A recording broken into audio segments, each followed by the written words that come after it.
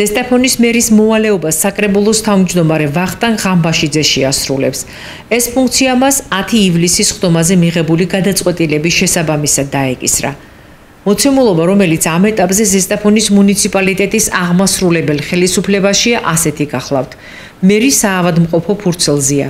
მისმა პირველმა მოადგილემ თანამდებობა მანამდე რამდენიმე კვირის წინ დატოვა. ჯანმრთელობის მდგომარეობის გამო საავადმყოფო ფურცელზე იმყოფება და მკურნალობა საზღვარგარეთ გადის მერის მეორე მოადგილეც. საკრებულოს რიგარეშე სხდომა სწორედ ამ ვითარების განმუხტვის მიზნით გაიმართა და კანონმდებლობის შესაბამისად მერის მოვალეობა მუნიციპალიტეტის განკარგულებელი ორგანოს თავმჯდომარეს დაეკისრა. დღეს მოგეხსენება ჩატარდა რიგარეშე საკრებულოს სხდომა, სადაც ერთი საკითხი იყო განხილული, ეს წარმოადგენდა ვინაიდან ბატონ მერს ტრავმა აქვს ფეხზე მიღებული და არის სამედიცინო მეთვალყურეობის ქვეშ და ესაჭიროება ოპერაცია. ასევე პირველი მოადგილე გათავისუფლებულია სამსახურიდან, ხოლო ბატონი მალხაზიც სამედიცინო მეთვალყურეობის ქვეშ არის და არ იმყოფება საქართველოში, იმყოფება თურქეთში სამკურნალოდ. ამასთან დაკავშირებით მოხდა საკრებულოზე ცნობად მიღება კანონის შესაბამისად მერის მოვალეობას დამეკისრა მე და შევასრულო დროებით, სანამ ეს ადამიანები გამოჯანმრთელდებიან და დაუბრუნდებიან თავის პოზიციებს. 17-წლიანი პატიმრობა მიუსაჯა ზესტაფონის სასამართლომ ნარკოდანაშაულში ბრალდებულ ორ უცხოელ პირს. მესამეს კი 15 წლით მოუწევს სასჯელ აღსრულების სისტემაში ყოფნა. როგორც პროკურატურის ინფორმაციაშია ნათქვამი, ზესტაფონის რაიონულმა სასამართლომ სრულად გაიზიარა პროკურატურის მიერ წარდგენილი მტკიცებულებები და განსაკუთრებით დიდი ოდენობით ნარკოტიკული საშუალების უკანონო შეძენის, შენახვისა და გასაღების მცდელობის ფაქტზე უცხო ქვეყნის 3 მოქალაქე დამნაშავედ ცნო. შინაგან საქმეთა სამინისტროს მიერ ჩატარებული გამოძიებით დადგინდა, რომ ბრალდებულებმა უკანონოდ შეიძინეს და შეინახეს განსაკუთრებით დიდი ოდენობით ნარკოტიკული საშუალება მეთადონი, რომლის ნაწილი შემდგომი რეალიზაციის მიზნით ფარულად განათავსეს სხვადასხვა ლოკაციებზე. სამართალდამცველებმა ბრალდებულები 2024 წლის 10 ნოემბერს დააკავეს. მათ ბრალად წარდგენილი ჰქონდათ განსაკუთრებით დიდი ოდენობით ნარკოტიკული საშუალების უკანონო შეძენა, შენახვა და გასაღების მცდელობა. როგორც უკვე აღნიშნეთ, ზესტაფონის სასამართლომ ბრალდებულები დამნაშავედ ცნო წარდგენილ ბრალდებაში და ორ პირს სასჯელის სახით და ზომად თავისუფლების 17 წლით, ხოლო ერთ 15 წლით აღკვეთა განუსაზღვრა. აღნიშნულია პროკურატურის ინფორმაციაში. 6 ახალშობილი 24 საათიან პერიოდში. 6-ვე მათგანი ერთ დღეს ერთმანეთის მიყოლებით დაიბადა. ლივიას, ნიცას, სოფიას, ილიას, ეკატერინესა და თაიას დაბადების ადგილი და თარიღი აერთიანებთ.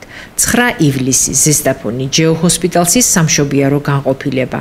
ამ დღეს მშობიერეთაგან პირველი ანა ჭყოიძე იყო, რომელიც ბიჭის დედა გახდა. მე ვიყავი პირველი მშობიარე ამ დღეს 9 ივლისს ღამის პირველ საათზე, რომ მოვედი და შემდეგ მოვიდნენ დანარჩენი მშობიარეებიც. და ესე გავიცანით ერთმანეთი მერი აქ. განწყობა და ემოცია ის იყო, რომ უკვე დაწყებული მქონდა მშობიარობა, თითქმის აქ რომ მოვდიოდი და უდიდესი ემოციით ველოდებოდით მე და ჩემი მეუღლე, იმიტომ რომ დაიბადებოდა ილია. და ძალიან გვინდა რომ დაგვექმნია ეს სახელი და ბიჭი რომ იყო გავიგეთ და ვარქმევდით იმ სახელს, რაც მოფიქრებული გქონდა, ეს უდიდესი ემოცია იყო ნამდვილად ჩვენთვის. სამედიცინო პერსონალი ამბობს, რომ ასეთი შემთხვევები ქვეყანაში არსებული დემოგრაფიული ვითარების ფონზე შთამბეჭდავი მოცემულობა და იშვიათი ფაქტია.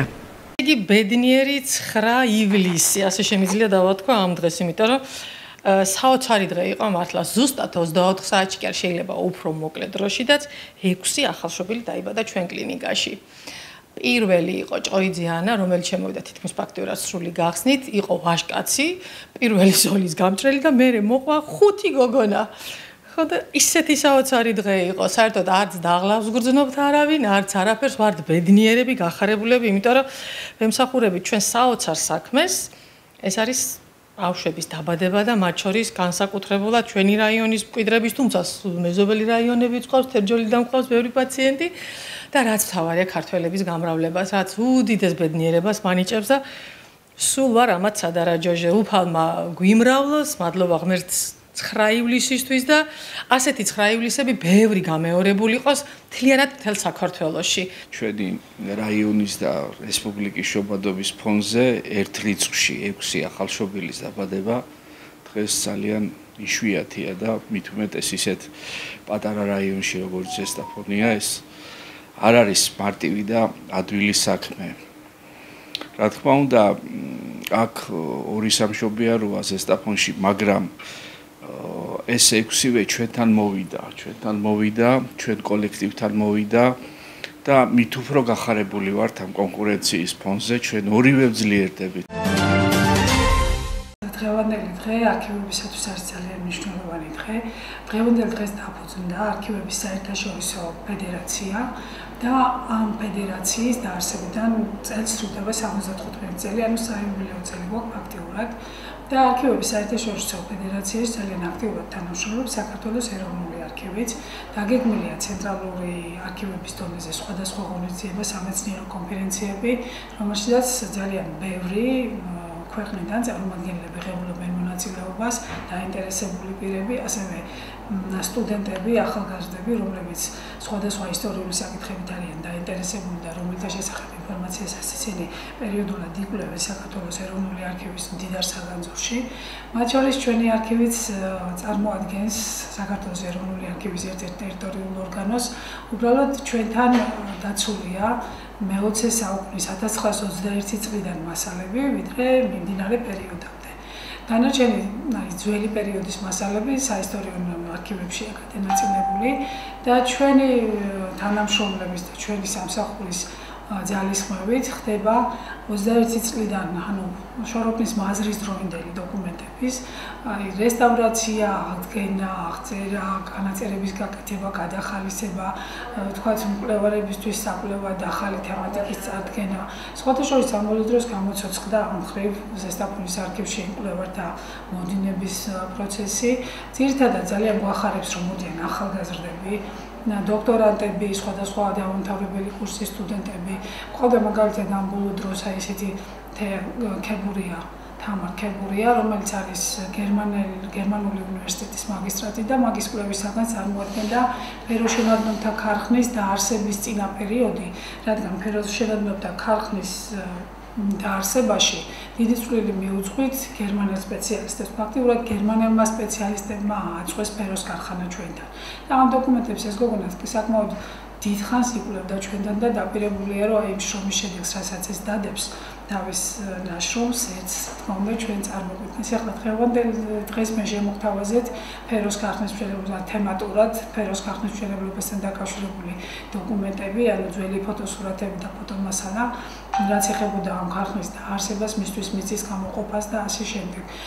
მაინც ეს ზესტაფონის დასახლება მიბმულია თავისი ისტორიის ფეროს ქარხნის დაარსებასთან, იმიტომ რომ ფეროს ქარხნის დაარსებამ გამოიწვია აი 21 წლისათვის შოროპანი უფრო ხალხმრავალი დასახლება იყო ვიდრე ზესტაფონი. ზესტაფონი პატარა სოფელი იყო, ესე რომ ვთქვათ, მაგრამ მის მერე რაც აქ ამ საწარმოო გიგანტის მშენებლობა დაიწყო, ზესტაფონმა სწრაფად დაიწყო გაზრდა, როგორც ტერიტორიულად, ასე ადამიანთა რიცხოვნობის თვალსაზრისით და ამდენად უკვე მან დომინატორი მდგომარეობა დაიკავა შოროპანთან შედარებით.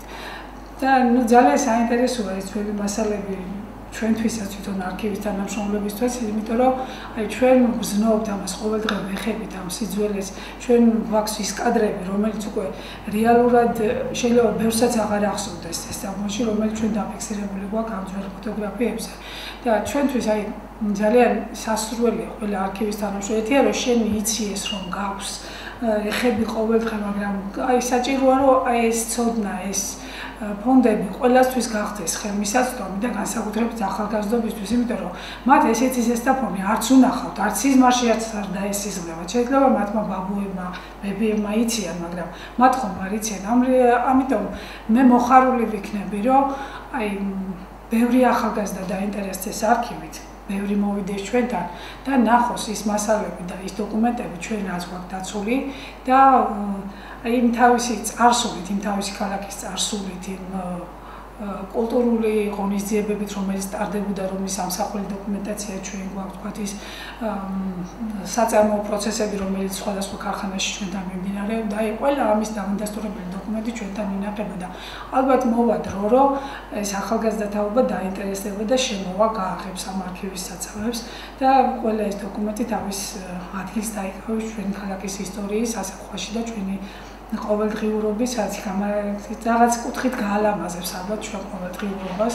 არ არის მარტო ის, რომ აი დღევანდელი თქვათ დღეს რაც არის აქტუალური მარტო ამით იცხოვროს ადამიანმა, ხო? რაღაც უნდა იცოდე წარსული იმ შენი ქალაქის, იმ შენი რა ვიცი, წინაპრების თუნდაც იმ გამოჩენილი ადამიანების, რომელსაც ამ ქალაქში უცხოვრია და რაღაც კვალი დაუტოვებია ამ ქალაქის ცხოვრებისათვის. ესე რომ რა ვიცი, ჩვენი კარები ღია ყველასთვის, ვინც დაინტერესებული იქნება.